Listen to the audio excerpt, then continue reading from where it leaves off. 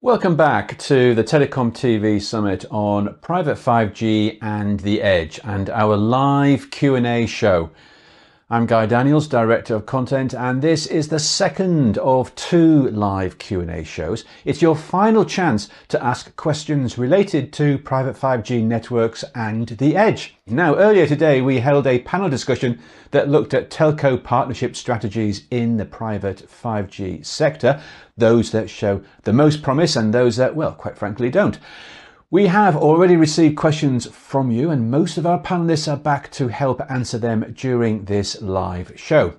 Now, if you haven't yet sent in a question, then please do so now and use the Q&A form that's right there on the website. And as always, your co-host for the Q&A show is Ray Maistre, Editorial Director here at TelecomTV. Ray, as well as the panel today, we also heard from Mark Halliday of McLaren Applied, which shows how the vendor ecosystem is expanding and bringing in new players. And we also heard from industry veteran Jim Brzezinskis of the 5G Open Innovation Lab. And there's certainly concerns about how to achieve success in this sector, but there doesn't seem to be any shortage of startups and new entrants who are willing to give it a go. Yeah, absolutely. There certainly appears to be significant interest, Guy. Jim was saying that his innovation lab has seen over 100 startup teams pass through the program in the past couple of years, most of which are focused on enterprise 5G developments. He's also convinced that the software ecosystem believes there's going to be a sizable market in private cellular in the next 3 to 5 years. So they're looking forward to that bit of the market coming up. But he cautions that CSPs, that CSPs need to continue to transform so that their networks become active participants in the software ecosystem. Having spectrum and access and becoming cloud native are important elements. But they also need to support Kubernetes and microservices architectures in order to attract the all-important app developers. And that's what's going to drive any private 5G and edge business for them. That's a really nice view of the market. Yeah, it is indeed. Thanks, Ray. And as we learned during the panel today, you really can't separate or overlook the edge. It's a key component of private 5G strategies. Right, on with the show. Let's now meet our guests who are going to help with all of your questions. And joining us live on the programme today are Susan James, who is Vice President Innovation Mobile Connectivity at American Tower, Beth Cohen, SDN Product Strategies at Verizon, and Robert Curran, Consulting Analyst with Appledore Research. Hello everyone, thanks for joining us again. Lots of audience questions for us to get through today. So to start us off, it's over to you, Ray. Okay, thanks, Guy. Now I'm going to gird my loins for this one because it's a bit of a mini essay in the form of a question. So here we go. The 5G Open Innovation Lab speaker, Jim, as previously mentioned, was saying that integration is a big barrier today for enterprises looking at private cellular, along with devices and hardware like access points. He said it's a heavy lift for smaller organizations. How can CSPs fix this and make it easier, make it easy and as straightforward as Wi-Fi? So obviously a critical question for those medium and smaller companies.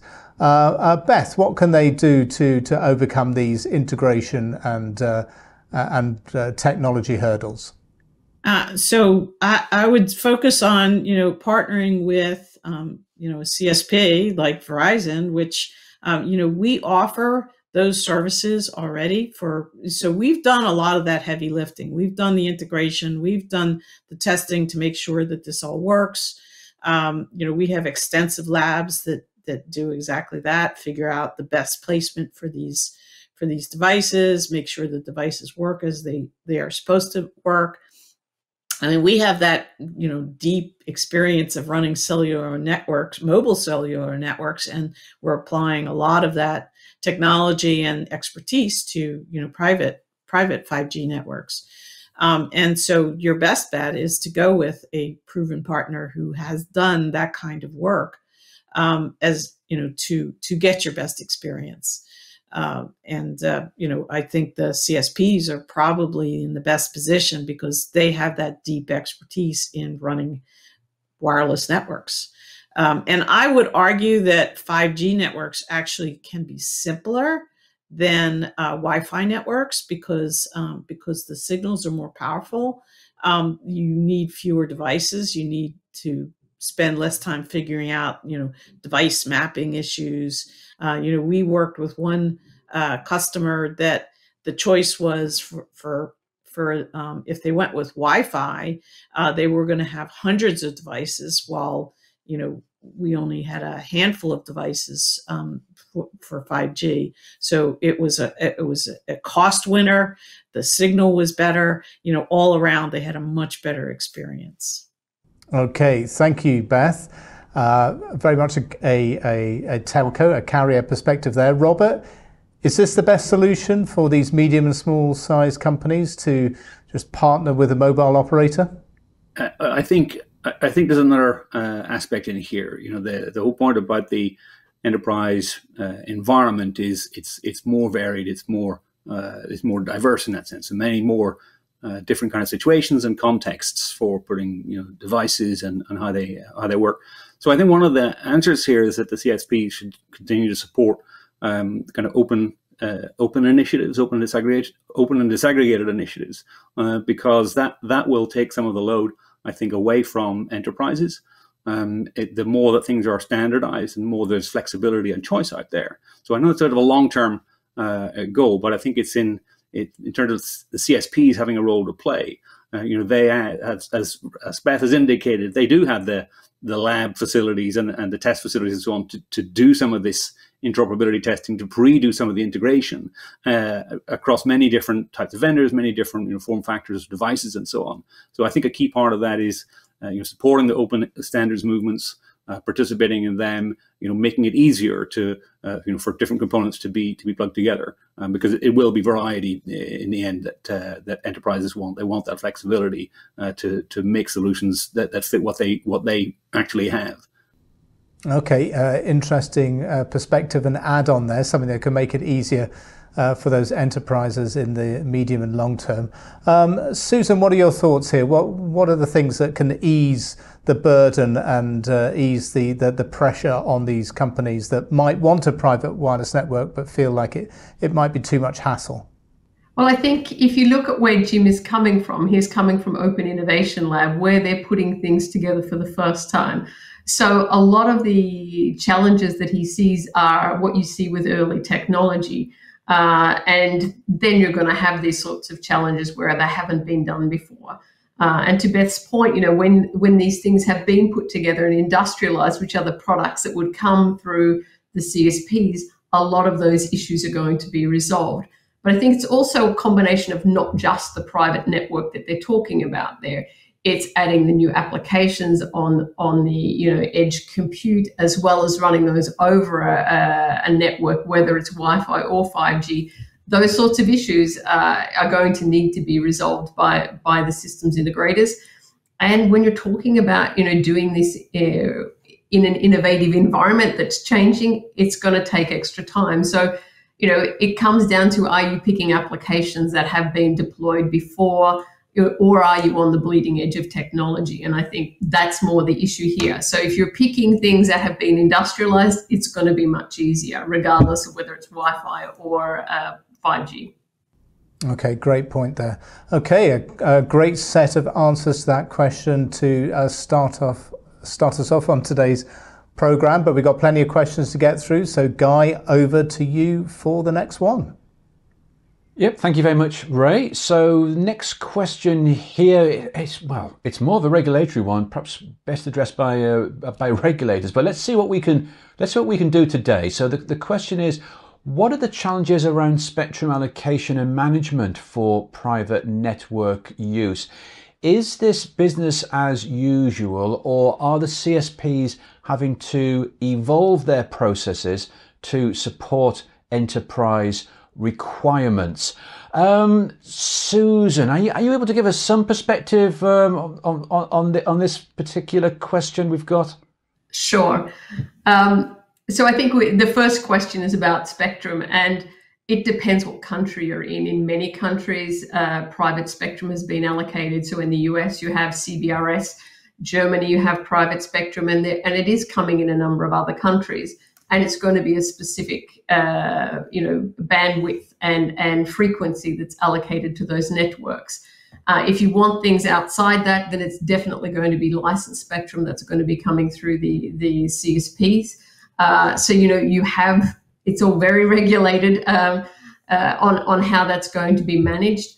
And they already have their offerings for private 5G. So the spectrum that you need to get for your private 5G network, there's processes already in place for that, whether it be 4G or 5G. So I think, that aspect of it has been regulated. Where the regulation is still being done is in countries where they haven't decided one way or another, and they are deciding whether they'll allocate specific private spectrum that then would be a license to the individual venue for that indoor environment, if you like. Great, thanks very much, Susan. As you rightly said, it is country specific, this, and whether or not regulators in specific countries have allocated or are about to allocate spectrum direct to private enterprises. Well, thanks very much for having some responses and replies to that question, because we do get a range of questions in during these summits. Let's go over to Ray and find out what the next one is and what topic this one touches on. Okay, thanks, Guy.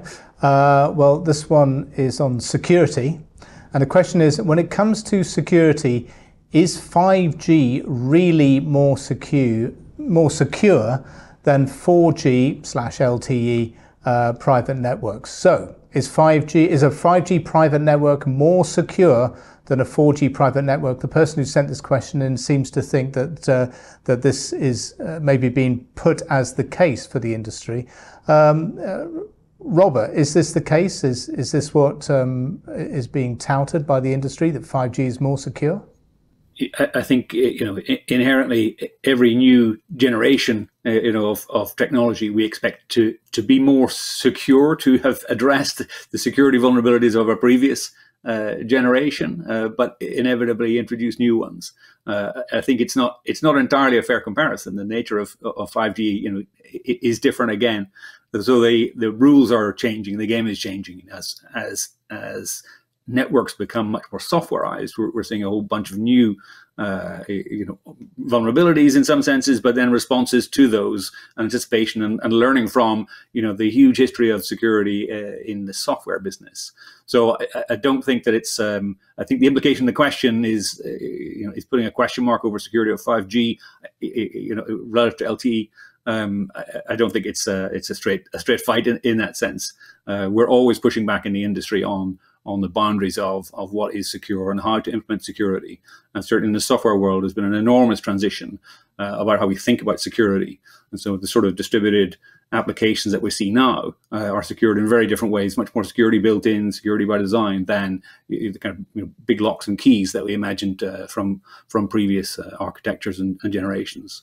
Okay. Yeah, of course, this question, might have been spawned by some marketing around 5G private networks, of course. Get it because it's more secure and it's faster as well, and blah, blah, blah. Beth, where do you think, what's the root of this question, do you think? And is there a case for 5G private networks being more secure than 4G? Well, I suspect they're thinking of network slicing, which has been touted as theoretically more secure. But, network slicing is basically a form of a VPN, if you think about it. VPNs are secure, although they have been hacked. As Robert said, it really is, wireless, whether it be 4G or 5G or Wi-Fi, are all inherently insecure methods of transmission of data, because it's in the clear, right? It's over, it's through the air. So, anybody with, the target hack was because somebody had a Pringles can antenna connected to his computer, and he was just sniffing the packets as they were going through. Inherently, you have to secure the packets, and slicing up the network doesn't particularly do that. So really, you need to address it at the software level and make sure that the data is encrypted as it goes through, as it goes over during the transmission phase. But it's really, when you think about security, you always have to think about all the different pieces of security and how they all fit together, and make sure that it's secured, encrypted at rest, encrypted as it in transport, and so I don't think LTE or 5G are any different in terms of their level of security, other than, as Robert said, people have been thinking about it for a while and have been applying the security methodology at the software level to make it more secure. Okay, all right, thanks, Beth. Yeah, no, good point. That slicing might have been the starting point for that. One thing I do know is that you've made me slightly peckish now talking about Pringles and packets and slicing, but that's neither here nor there. Guy, I think we're done with that question for now. I'm going to hand over to you for the next part of the show. Great. Yep. Thanks, Ray. Well, it's time now to check in on our audience poll for our summit on private 5G and the edge, which gives you a chance, Ray, to have a little bit of a snack whilst we look at this one. One question, 7 answer options, and you can pick whichever ones you feel are the most relevant. And the question we've been asking you this week is, how can telcos accelerate their edge-based private 5G network deployments? And you can see the real-time votes right here now.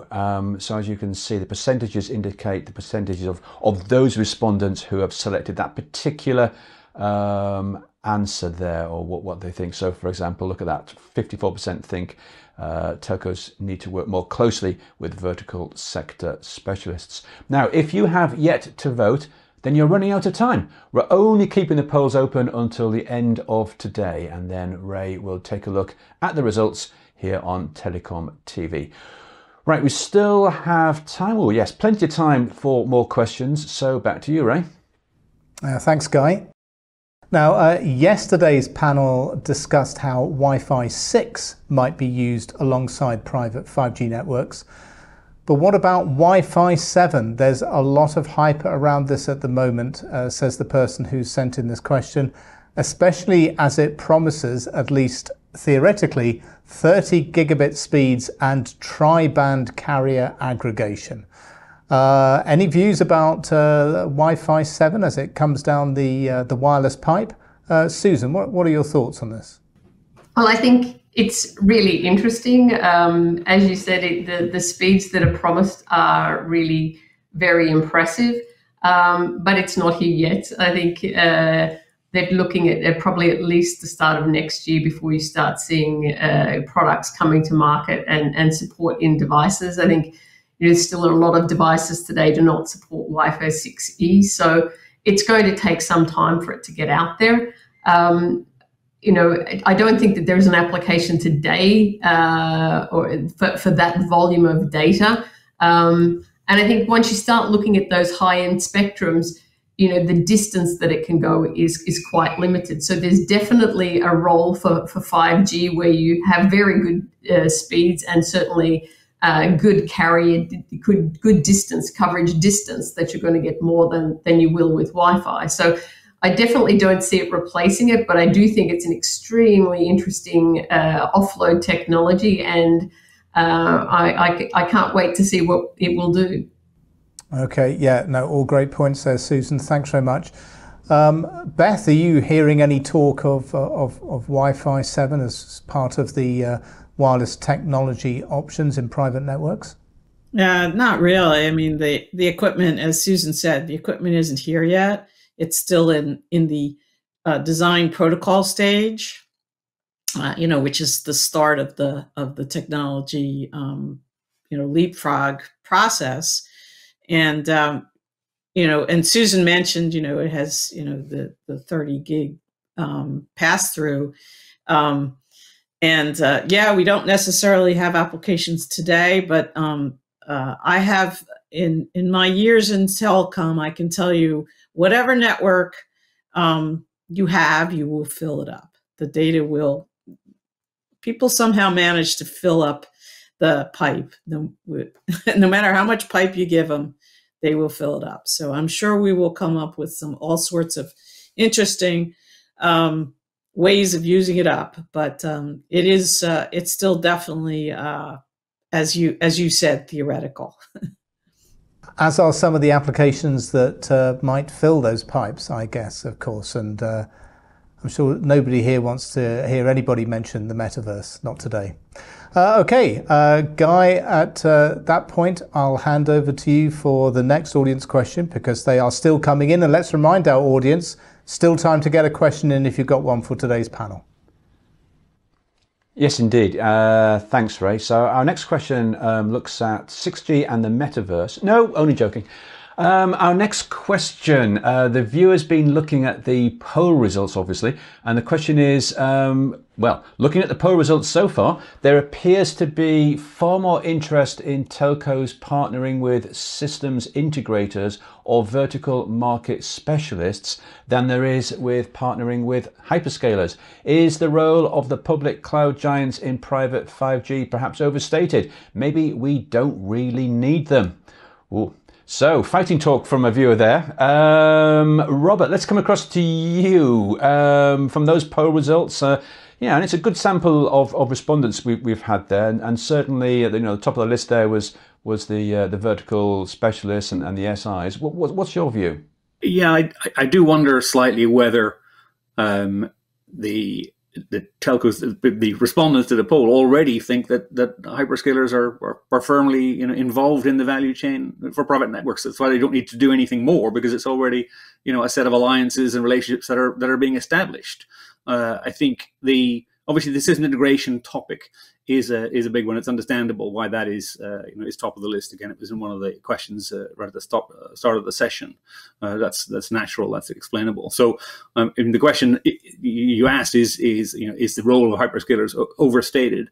I don't think it is. I think there's a long way still to go here. This market is still developing, but they have a product to sell. They have an offering to sell that I think is quite clear. And the question really is what's the best route to market for them. So I think there's still a significant role for them in private networks. I'm looking around, what was on show at Mobile World Congress. Again, those hyperscaler companies are pushing very hard on promoting what they can do and frankly how they can partner with telcos. So I think there's still plenty of opportunity there. Okay, thanks for that, Robert. And I think, yes, to be fair, when we asked the poll question, we were asking how can telcos accelerate these networks? So, as you say, maybe the lot of respondents there think they're already in those partnerships, so that's not an option. Beth, let's come across to you for your thoughts on this. Yes. So clearly we are already partnering with the hyperscalers, and primarily we're talking about the hyperscalers, the infrastructure hyperscalers. And we haven't really gone into some of the other verticals, hyperscalers that do SaaS type applications. But, if you think about it from a customer's perspective, the customer is buying a IoT type application, or they're buying a gaming application or whatever it is. And then they're buying, so that's their ultimate goal, right? To have an application. So that would make sense that the vertical industry applications and the SIs would be kind of top of mind, because I would say they're driving these deployments. But the other two legs of the stool are extremely important, right? It's, the telcos, the CSPs are bringing the spectrum, if you will, and the expertise in running networks, and the cloud providers are bringing the infrastructure. Very few of these SIs or these vendors that offer vertical solutions like the IoT solutions and the smart meters and all that stuff. very few of them are building their own infrastructure to support these applications. They're using the big cloud providers. Now, the interesting question is about moving, it's clearly the applications are sitting in the core, but the question is how much are the applications, do they need to be, let's say, use Outpost from AWS, just as an example, which is a private version of the AWS platform, and how much do they need Wavelength, which is a more distributed version of the AWS platform that's embedded within the telco infrastructure. That's really more of the open question. Where do these applications need to sit to give the customer their optimum performance and optimum experience? Oh, interesting. Yeah, thanks very much, Beth. As you say, it's not an either or this. It's a multifaceted relationship. Susan, have you got thoughts on whether or not the role of the private of the hyperscalers in private 5G is perhaps overstated, and maybe telcos don't really need them to accelerate their private 5G ambitions? I think the hyperscalers will definitely be there. As Beth pointed out, for those edge compute, nobody's going to buy a private network because they want connectivity. They want connectivity to do something. Usually that is going to be to solve a particular problem. And a lot of those workloads are then going to run on a public cloud. So from a hyperscaler perspective, they're absolutely interested in trying to promote private networks through their channel, because it's going to mean more workloads on their cloud, whether that be on an edge cloud or located further back in the network. So I definitely think that it's in absolutely their best interest to support getting private networks out there. And I think the reason you see the systems integrators so high up on the list is, again, for the same reason. You're going to need to have someone that can actually solve that business problem. Deploy the application, get the process in place, the devices deployed, and all of these sorts of things. So I think the systems integrator is there to actually glue the whole thing together. You're going to need the CSP to provide the spectrum, as Beth said, and you're going to need the public cloud there to deploy the workload on. So it's a very harmonious collection of groups that come together there. Thanks very much, Susan. And as you quite rightly picked up there, this is all about sorting out their business problems, solving their specific business problems. That's at the heart of all this. Well, thanks very much, everyone. If there's no more comments on this, then Ray, let me hand back over to you for our next question. Okay, thanks, Guy.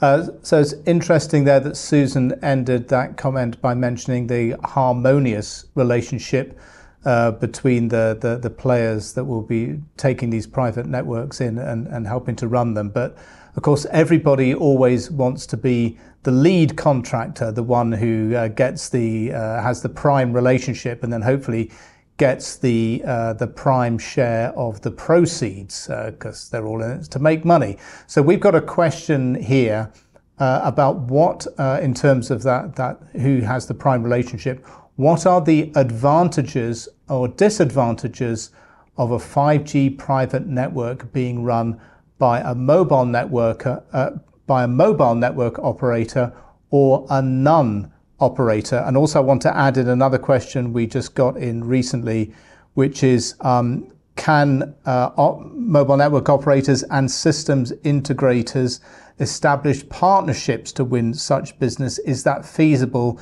Because they would need to have a revenue share if they did.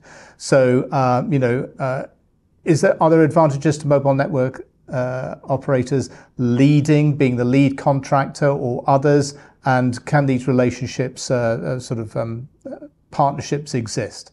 Anybody want to kick off on that one? Beth, let's come to you first. Sure. So absolutely, the partnerships already exist. We work with, a set of SIs to do this type of work. I wouldn't say that the partnership kind of boils into two pieces. we do lead shares. So, sometimes we're the primary, sometimes the SI is the primary. So that's going to depend upon how the customer, approached the project.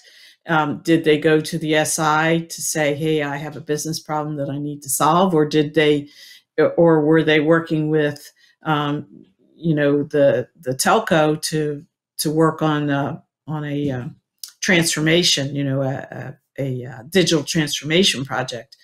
And then they said, oh, well, I had this application that might make sense to put on this new systems that we're working on. So it comes from both sides.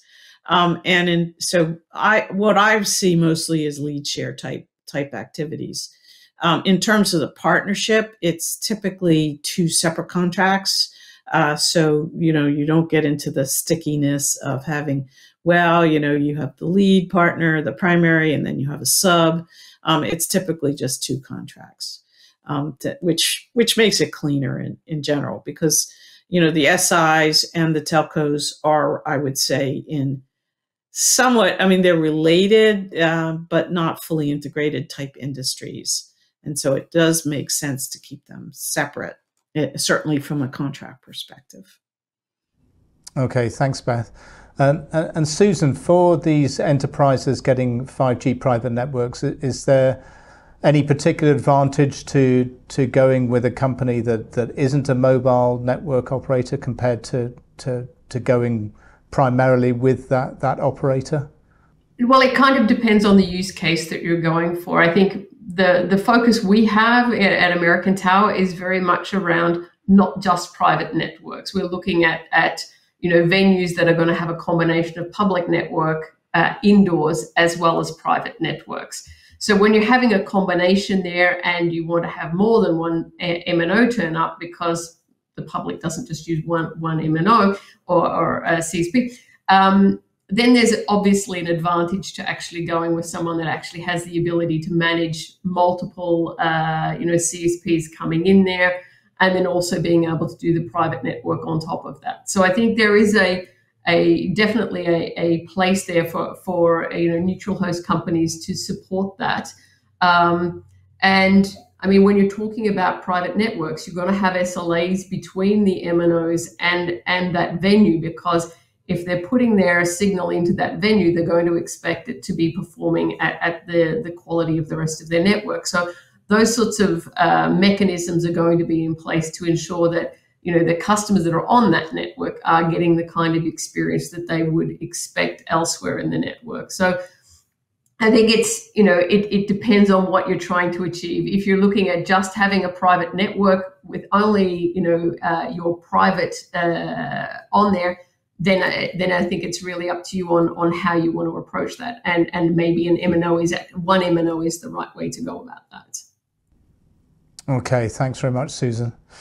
Okay, I think we've still got a little bit of time to come. Oh, sorry, Robert, let's come to you on this. Sorry. Yeah, no, I'd wanted to add to a little bit what Susan had said. The answer is it does depend. And as we're finding out in enterprises, the spectrum is hugely wide between the type of private network that's entirely self-contained and remote and secure and not connected to macro networks in any way, versus those that are kind of pass through, public and private networks.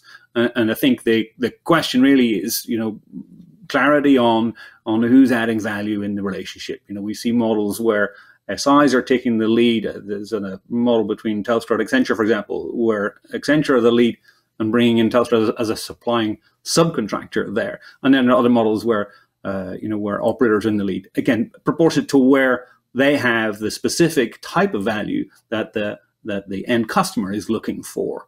I think the other thing about it is, for something like private networks, any enterprise is going to want to have as a supplier, a credible company for whom that is their main business, which again is why we're seeing, even medium-sized SIs having quite significant responsibility in the process, because that is the nature of their business, whether that's in verticals like mining or campus networks and so on. They hold a lot of power there. So I think it's really a question of the telcos, establishing that they are able to run private networks, that they add a lot of value in how they do that, and that where they work with systems integrators, they're flexible and they can understand who is best placed to deliver what the customer really needs.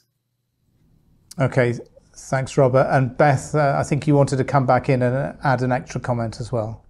Yeah, I wanted to pick up on some of what Susan said, because the business cases are really quite divergent. I was sort of thinking, a lot of the private networks are going into manufacturing and logistics types, and oil and gas, sticking them out on,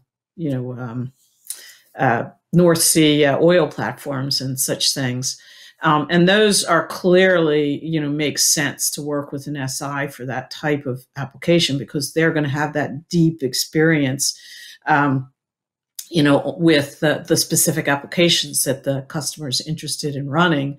And, and in terms of setting up the private network piece, the telco is the best to do it, but the telco is not necessarily going to have that deep experience in running North Shore oil platforms and their applications that they need, and all their sensors and all that stuff. So we clearly have expertise in standing up the telco or the network piece of the equipment. But Susan was also talking about, media and entertainment and venues where, it's a much more complicated network environment. The applications tend to be less sophisticated. Well, not sophisticated, but they're simpler. And, if you're in a stadium, you need to have spectrum to support, all the audience, as well as, the private component for the players in the field, or so the coaches can talk to the players, or whatever is going on. So the applications tend to be simpler, but the networks tend to be more complicated. So in that situation, it might make sense to work with a network integrator, for example, a company that can handle multiple networks, because there's a lot more peering going on. So just think about the business case, think about the use case, because that's really going to drive the decision. Yeah, so many questions to be asked in all of these instances. And Susan, you wanted to come back in with a couple of additional comments as well. I think the other thing to remember is that there's going to be a lot of these networks deployed over the coming years. So I think it's, there's space for everyone here. It's not a matter of, who do we need to go to be, and this is going to be the best channel.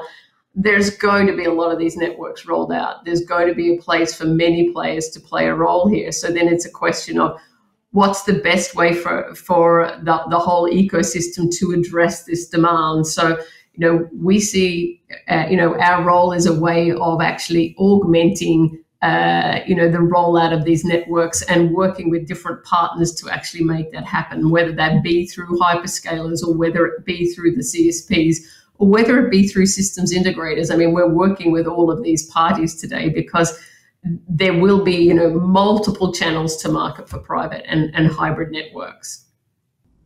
Okay, absolutely. Great points there. Great points, everybody. Thanks very much. Really got a lot out of that question. And Guy, I think we still have time to get at least one more in. So over to you. Yeah, thanks so much, Ray. Yeah, great question, great set of answers. The question we've just got in is the viewer is asking, how are CSPs addressing the skills gap? And by that, we take that to mean enterprise sector knowledge. And what priority are CSPs giving it? Interestingly, on our poll, that was one of the choices as to how to accelerate private 5G. And we asked whether CSPs need to acquire enterprise-specific skill sets in-house, and it so far has got a low response from our viewers. But the question, how are CSPs addressing the skills gap, and what priority are they giving it? Any of our panelists like to have a stab at that? Beth, let's come over to you. Thank you. Sure, I'll be happy to talk about that. I'm not seeing a skills gap within the telco perspective. I mean, we've been working on certainly IoT type applications. Private 5G's been in our wheelhouse for a few years now, and so we have. I think we've been maintaining our skills, with our engineers, and a lot of the skills that we also acquired a number of companies, particularly in the IoT space. So we now have like a whole division of the company called Verizon Connect that's focused on those types of applications. So we acquired those skills by acquisition. But our networking skills, we find that the network skills do transfer quite well. So, people that have been, working in wireless networks, mobile wireless networks, can easily transfer those skills to private wireless networks. So I have not seen a huge skills gap in that part of the question. However, I do see a skills gap within the telcos around applications, because private wireless really does require a much tighter integration with the applications and with the cloud providers. And I find that you need to have a good understanding of those other two components. I'm working with the SAs all the time, the solutions architects. And, I keep telling them, hey, go out and find out how AWS works, because it's important, because your customers do. And you'll need to speak to them, cogently about what's going on and how it integrates with your network. And the same with the applications. I would say that where we do have a significant skills gap is having a deep understanding of applications and how they work. The analogy that I frequently use is, we're really good at getting those packets out to where the customer wants them. We don't care what's in the packets. The customer cares what's in the packets, doesn't care how they get out there. And really, we need to have a better understanding of both parts to really, help our customers achieve their goals, their business goals, and their application with their applications and their application portfolios. Great, thanks very much, Beth. There's good distinction there that you brought up. That's excellent. Thank you. And Susan, you'd like to come in with views as to whether indeed there is a skills gap and what priority that we might be giving to it. Absolutely. So I think one of the big skills gap is that's actually quite difficult to know what to buy. If you're in an enterprise, and we've already talked about it, should I wait for Wi-Fi 7? Is Wi-Fi 6 good enough? Do I want private 4G? Do I want private 5G? To understand, you need to be a very sophisticated buyer to know what it is that you actually need to get to get what it is that you want to solve your problem. And at the end of the day, that wasn't the problem you wanted to solve. You have a logistics problem, or you have a security problem. They're the things that you're trying to solve. So then trying to work out what kind of network is optimum for doing that, and then being reusing for other applications, it's actually quite difficult. And I think where the CSPs can help is that when you go to their web pages to do research, it's actually really complicated. I was doing an exercise for a business in Australia recently, and I found it incredible. And I have pretty good knowledge. I found it incredibly difficult to find out, to find the right kind of product. Did it meet the business's need?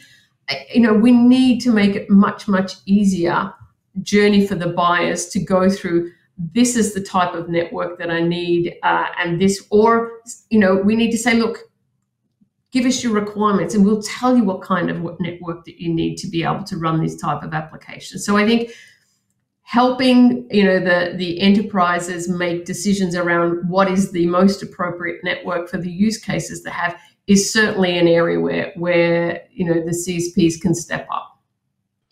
Great. Thanks very much for those comments, Susan. That's terrific. Well, we're almost out of time, but I just did want to hand over quickly to Ray, because we've had some extra comments in online. Yeah, we just had a quick comment in from somebody who's been watching the show in response to the conversation about security. And the comment is that pointing out that 5G standalone deploys for the first time end-to-end encryption all the way through the network. So somebody there, I think, just making the case for 5G as a secure option for private networks. Not sure where this person works, but possibly at a mobile network infrastructure company. Great, thanks very much, Ray. Well, you know, as you say, we do welcome comments as well as questions, but please, you know, give us your name, tell us where you're from as well, because we'd love to know that. Well, we are out of time. Thanks so much to all of our guests who joined us for this live show, and to our audience, of course, for sending in loads of questions this week.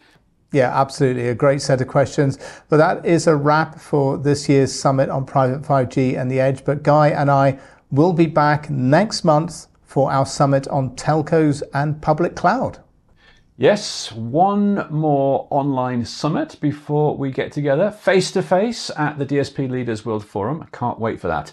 But in the meantime, please join us in April for all things cloud.